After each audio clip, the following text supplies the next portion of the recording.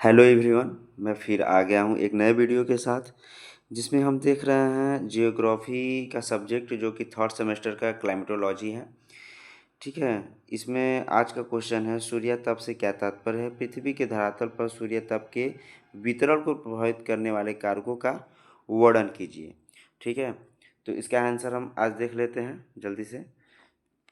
सूर्य तप का अर्थ एवं परिभाषा। वायुमंडल तथा पृथ्वी की ऊष्मा का प्रधान सूर्य है। सौरिक ऊर्जा को ही सूर्य तप कहते हैं। सूर्य की ऊर्जा का प्रधान स्रोत उसका आंतरिक भाग है, जहाँ पर अत्यधिक दबाव तथा उच्च तापमान के कारण नाभिकीय फ्यूजन का कारण हाइड्रोजन का हीलियम में रूपांतरण होने से ऊष्मा का जनन होता है। यह ऊष्मा परिवर्तन तथा संवहन द्वारा सूर्य की बाहरी सतह तक पहुँचती है। सूर्य की बाह्य सतह से निकलने वाली ऊर्जा को फोटान कहते हैं। इसी तरह सूर्य की बाह्य सतह को फोटोस्फीयर भी कहा जाता है। इस सतह से ऊर्जा का विद्युत चुम्बकीय तरंग द्वारा विकिरण होता है। सूर्य की धरातल के प्रत्येक वर्ग इंच का विकिरण ऊर्जा 1,00,000 अश्वशक्ति के बराबर होती है। सूर्य की बाह्य सतह से निकलने वाली ऊर्जा प्रायः स्थिर रहती है। सूर्य से प्राप्त इस न्यून ऊर्जा के कारण ही भूतल पर सभी प्रकार के जीवों का अस्तित्व संभव हो सका। इसी कारण धरातल पर पवन संचार, सागरीय धाराओं का प्रवाह तथा मौसम एवं जलवायु का अविभाज्य होता है। प्रत्येक वस्तु जिसमें ऊष्मा होती है विकिरण करती है। नियमानुसार जो वस्तु जितनी अधिक गर्म होता है उसकी तरंगें उतनी ही छोटी होती है। इसी कारण से पृथ्वी विकिरण द्वारा निकली ऊष्मा लघु तरंग के रूप में होती है तथा प्रति सेकेंड 1,86,000 मील की गति से भ्रमण करती है।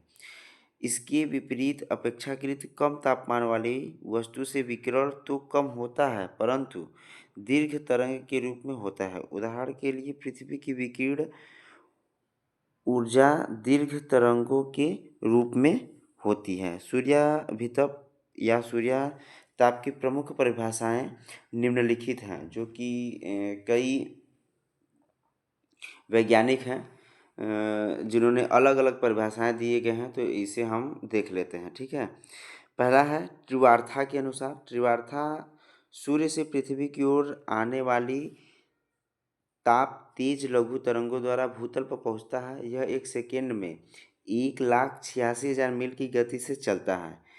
यह सौर विकिरण या सूर्याभितप कहलाता है। ठीक है, आगे है बायर्स के अनुसार। तो बायर्स ने सूर्य से विकिरण ऊर्जा पृथ्वी की प्राप्त होती है। बायर्स ने बोला सूर्य की से विकिरण ऊर्जा जो है पृथ्वी को प्राप्त होती है, इसी को ही सूर्य तप कहते हैं। 3 नंबर है क्रिचफील्ड के अनुसार।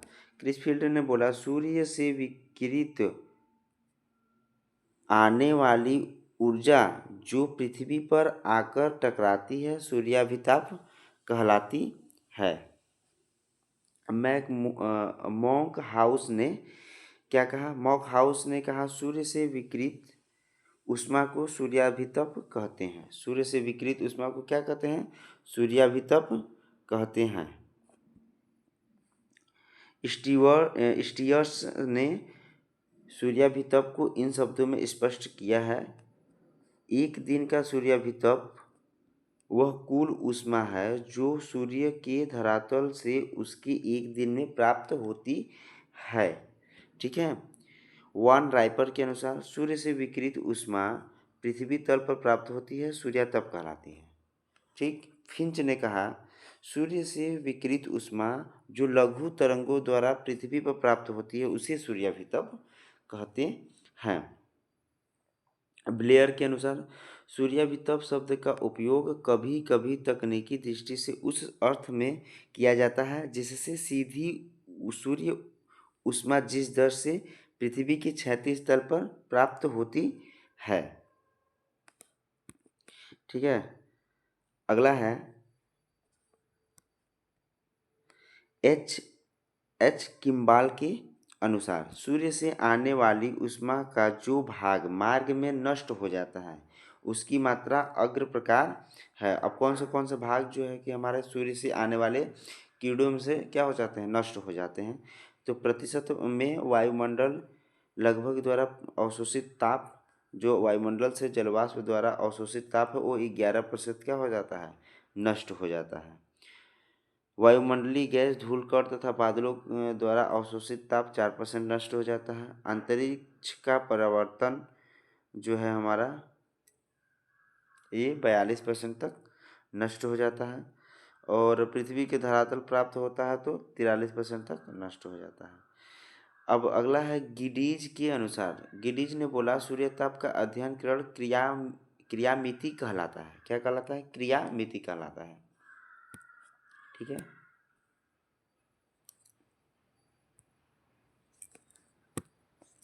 सूर्य ताप प्राप्ति की प्रक्रिया, जो सूर्य ताप है प्राप्ति की क्या है प्रक्रिया देख लेते हैं। सूर्य से आने वाला ताप लघु तरंगों द्वारा भूतल पर पहुंचता है। इन तरंगों की लंबाई एंगस्ट्रॉम सेंटीमीटर, एंगस्ट्रॉम मतलब 1 एंगस्ट्रॉम बराबर होता है, 1 एंगस्ट्रॉम बराबर होता है 10⁻⁻6 मीटर, और यहाँ पे सेंटीमीटर में दिया है तो 10⁻⁻10 मीटर हो जाएगा। ठीक है, सॉरी 10 एंगस्ट्रॉम का होता है 10⁻⁻10 मीटर, 10⁻⁻10 मीटर, और 1 माइक्रोन बराबर होता है 10⁻⁻6 मीटर। ठीक, मीटर। माइक्रोन को म्यू से प्रदर्शित करते हैं और एंगस्ट्रॉम को ए से। ठीक, तो यहाँ से बोल रहा है इन तरंगों की लंबाई को एंगस्ट्रॉम में मापा जाता है। ठीक है, जिसकी लंबाई 104 सेंटीमीटर होती है। कितना होती है? 104 सेंटीमीटर। 0.3 से कम लंबी तरंगें धरातल तक नहीं पहुंचती हैं। वायुमंडल की ऊपरी तरंगों में आयनन प्रक्रिया द्वारा पराबैंगनी किरणों तथा अत्यंत लघु तरंगें एवं आकस्मिक किरणें ऊपर से अन्यत्र विकिरित होती रहती हैं। सूर्य की धरातल से विकिरण किरणों की लंबाई 1/250 से 1/6700 मिलीमीटर तक होती है। इसे निम्नलिखित 3 वर्गों में क्या किया है, बांटा गया है। पहला है लघु तरंगे, दूसरा मध्यम तरंगे, तीसरा है दीर्घ तरंगे। तो लघु तरंगे यह पराबैंगनी किरणों के रूप में होती हैं। इनकी लंबाई 0.4 या 0.001 मिलीमीटर से कम होती हैं। ये किरणें सौरवीय शक्ति का मात्र 6% होती हैं। ये किरणें वायुमंडल की ओजोन परत द्वारा अवशोषित कर ली जाती हैं। मध्यम तरंगे, इन तरंगों की लंबाई 0.4 से 0.8 तक होती हैं। यह सौरवीय शक्ति का 52% होती हैं। ये प्रकाश की तरंगे हैं और इनमें वायुमंडल गर्म नहीं होता। तीसरा है दीर्घ तरंगे, ये अवरक्त किरणों के रूप में होती हैं और इनकी लंबाई 0.8 से कुछ अधिक होती हैं। ये सौरवीय शक्ति का 42% होती हैं। यह तरंगे पृथ्वी द्वारा सोख ली जाती हैं। सौरवीय शक्ति का अधिकांश भाग प्रकाश के रूप में दिखाई पड़ता है। इसमें 7 रंगे किरणें होती हैं, जो कि आप जानते हैं इसे विवगोर्स नाम से भी जाना जाता है, जो कि 7 हमारे वैद्युत प्रकाश की तरंगे हैं। इसे हम देख लेते हैं। पहला है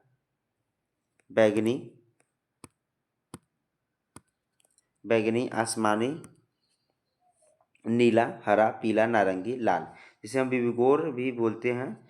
ठीक है, नीले रंग की किरणें सबसे छोटी तथा लाल रंग की किरणें सबसे अधिक लंबी होती हैं। धरातल सूर्यताप की प्राप्ति सूर्य से रश्मियों के रूप में होती हैं, जो कि उपयुक्त लंबाई वाली तरंगों से नियमित होती हैं। सूर्य के धरातल से ऊर्जा का विकिरण 2,97,600 किलोमीटर से 1,86,000 मील प्रति सेकेंड की गति वाली विद्युत चुंबकीय तरंगों के द्वारा होती है। पृथ्वी को सूर्य से विकीर्ण होने वाली ऊर्जा के केवल 1/200 भाग ही प्राप्त होता है और ऊर्जा का यह सूर्याक्ष भी लगभग 23 खरब औसत शक्ति के बराबर होता है। त्रिवार्था के अनुसार संपूर्ण पृथ्वी की प्रति मिनट सूर्य से इतनी ऊर्जा प्राप्त होती है जितनी मनुष्य जाति वर्ष भर अपने विविध कार्यों के लिए उपयोग करती है। पृथ्वी पर पाए जाने वाली ऊर्जा के विभिन्न स्रोत जैसे खनिज, तेल, कोयला एवं लकड़ी आदि सौर शक्ति के ही परिवर्तन के रूप हैं। ठीक है। अगला है सूर्य तप के वितरण को प्रभावित करने वाले कारक। ठीक है, सूर्य तप को वितरण के प्रभावित करने वाले कारक देख लेते हैं इसको। सूर्य के धरातल से विकिरित होने वाली तरंगें 2,97,600 किलोमीटर प्रति सेकेंड की दर से गतिमान होती हैं, जिसमें पृथ्वी को सूर्य से ताप की प्राप्ति होती है। सूर्य तप का कितना भाग पृथ्वी पर पहुंचता है, कितना भाग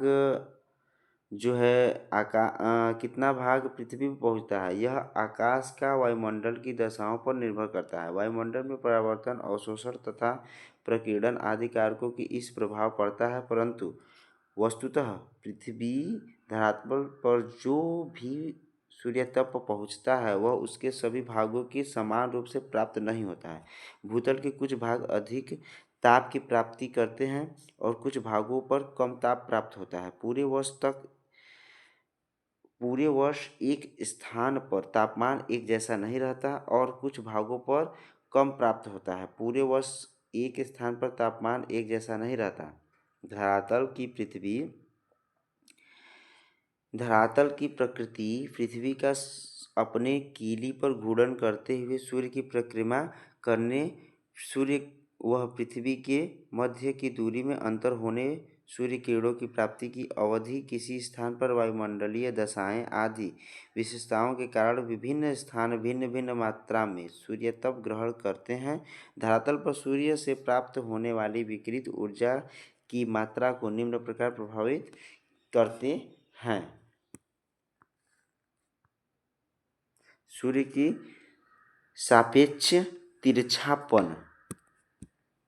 पृथ्वी की गोलाकार रूप के कारण सूर्य से किरणें सर्वत्र समान कोण पर नहीं पड़ती हैं। भूमध्य रेखा पर सूर्य की किरणें लंबवत होती हैं क्योंकि सूर्य सर्वाधिक ऊंचाई पर होता है, परंतु ध्रुवों की ओर किरणों का कोण कम होता जाता है, अर्थात वे तिरछी होती हैं। यद्यपि किरणों के सापेक्ष तिरछापन में कुछ परिवर्तन होता रहता है। दिन की अवधि यदि अन्य दशाएं समान हो तो दिन की अवधि जितनी अधिक होगी सूर्यातप की मात्रा उतनी ही अधिक होगी। पृथ्वी अपनी कक्षा पर 66.5 डिग्री का कोण बनाती हुई लगभग 24 घंटे में अपनी कीली पर एक परिक्रमा पूरी करती है तथा साथ ही सूर्य के चारों तरफ भी वर्ष में एक बार चक्कर लगाती हैं। यदि पृथ्वी भी अपनी जगह पर स्थिर होती तो वर्तमान स्थिति की विपरीत दशा होती, परंतु पृथ्वी की दैनिक तथा वार्षिक गति का कारण भूमध्य रेखा को छोड़कर शेष भागों पर दिन की अवधि में अंतर आता रहता है। पृथ्वी से सूर्य की दूरी। पृथ्वी से सूर्य की दूरी। पृथ्वी से सूर्य की दूरी जो है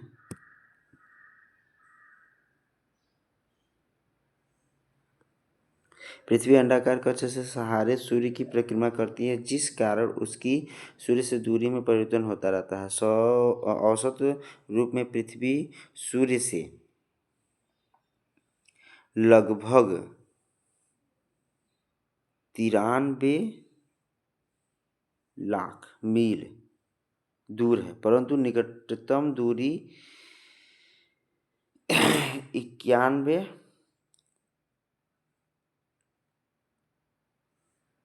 9,15,00,000 मील है। ठीक है। इस स्थिति को उपसौर कहते हैं। यह स्थिति 3 जनवरी को होती है। इसके विपरीत 4 जुलाई को अपसौर की स्थिति होती है, जबकि पृथ्वी सूर्य से 9 करोड़ 45 लाख मील दूर होती है। साधारण नियम के अनुसार जब पृथ्वी सूर्य से निकटतम दूरी पर होती है तो उस समय अधिकतम ताप तथा अधिकतम दूरी पर होने वाले न्यूनतम ताप मिला चाहिए, परंतु वास्तविकता ठीक उसके विपरीत होती है। जनवरी के महीने में जब पृथ्वी सूर्य से निकटतम दूरी पर होती है तो उत्तरी गोलार्ध ग्रीष्मकाल होने के बजाय शीतकाल होता है।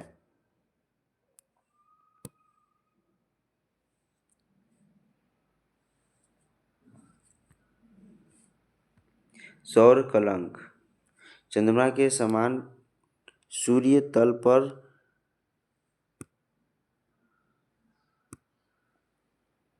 कलंक या धब्बे मिलते हैं। इनका कोई स्थायी रूप नहीं होता है। ठीक है।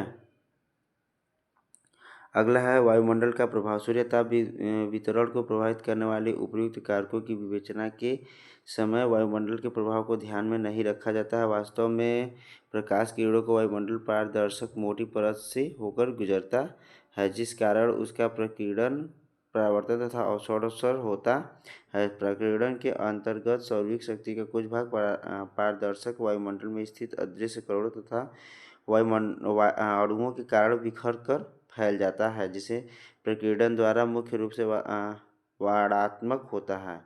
अर्थात यह उस समय होता है जबकि अदृश्य कणों की व्याख्या विकिरण तरंग से छोटी होती है। ठीक है। वायुमंडल ऊष्मा का बजट, ये आप अपने से एक बार इसको पढ़ लीजिएगा। ठीक है। आज के लिए इतना ही। धन्यवाद।